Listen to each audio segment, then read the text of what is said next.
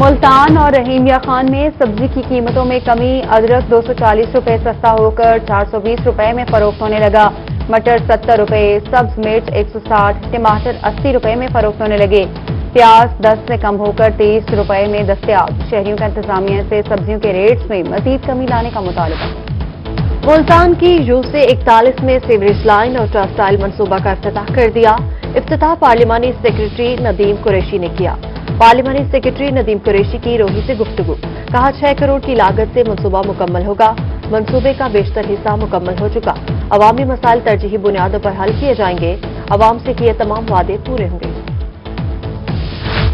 سابق وزیر اعظم شہید محترمہ بے نظیر بھٹو کی 13ویں برسی پی پی ضلعی صدر امداد اللہ عباسی کے ڈیرہ پر دعائیہ تقریب، کارکنان نے کثیر تعداد میں شرکت کی۔ ضلعی صدر امداد اللہ عباسی کا کہنا تھا شہید بے نظیر بھٹو کا منشور ملک و قوم کی ترقی کرنا تھا۔ منشور کو لے کر چیئرمین پیپلز پارٹی بلاول بھٹو کی قیادت میں سرگرم۔ 3 جنوری کو مریم نواز بہاولپور آ رہی ہیں، شاندار اور تاریخی استقبال کریں گے۔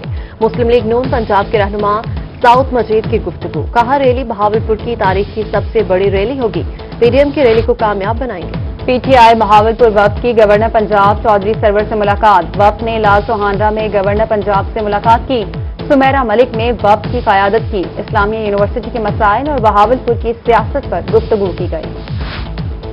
رحیم جان خان کا محنت کش اپنی فریاد لے کر روحی دفتر پہنچ گیا۔ محنت کش محمد سلیم کا کہنا ہے 22 سالہ بیٹی اقصیٰ کو 1 سال قبل شوہر اور اس کے گھر والوں نے قتل کیا۔ پولیس نے ابھی تک ملزمان کے خلاف مقدمہ درج کیا، نہ ہی پوسٹ مارٹم رپورٹ دکھائی۔ تھانہ ظاہر پیر پولیس نے رشوت نہ دینے پر کوئی بات نہ سنی، حکام بالا سے انصاف کی اپیل۔ بہاولپور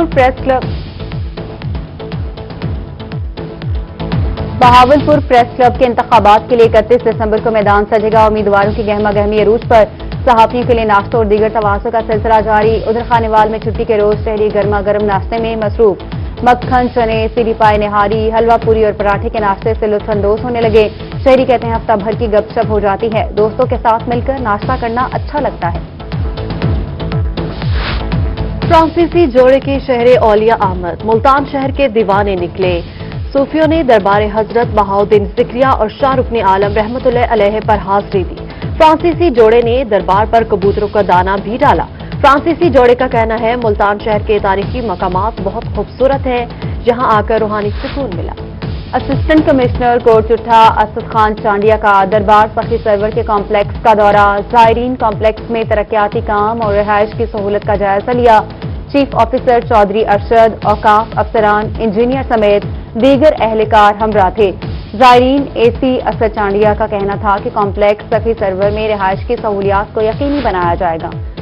چھٹی کے روز ڈیرہ غازی خان کے لنڈا بازار کی رونقیں بحال، شہریوں کی بڑی تعداد گرم کپڑوں کی خریداری میں مصروف۔ کہتے ہیں لنڈا بازار میں گرم کپڑے بازار سے کم قیمت پر مل جاتے ہیں، لنڈا بازار خرید کے لیے کسی نعمت سے کم نہیں۔ ڈیرہ غازی خان میں چھٹی کے روز بچوں کی موج مستیاں جاری، بچوں نے والدین کے ہمراہ ماڈل بازار کا رخ کر لیا۔ بچے ماڈل بازار میں جھولے جھول کر چھٹی کو بھرپور انجوائے کر رہے ہیں۔ جہانیہ پریس کلب میں سیرت النبی صلی اللہ علیہ وآلہ وسلم پر لکھی گئی تصنیف ہے جان مسیحا ہمارا نبی کی تقریب رونمائی۔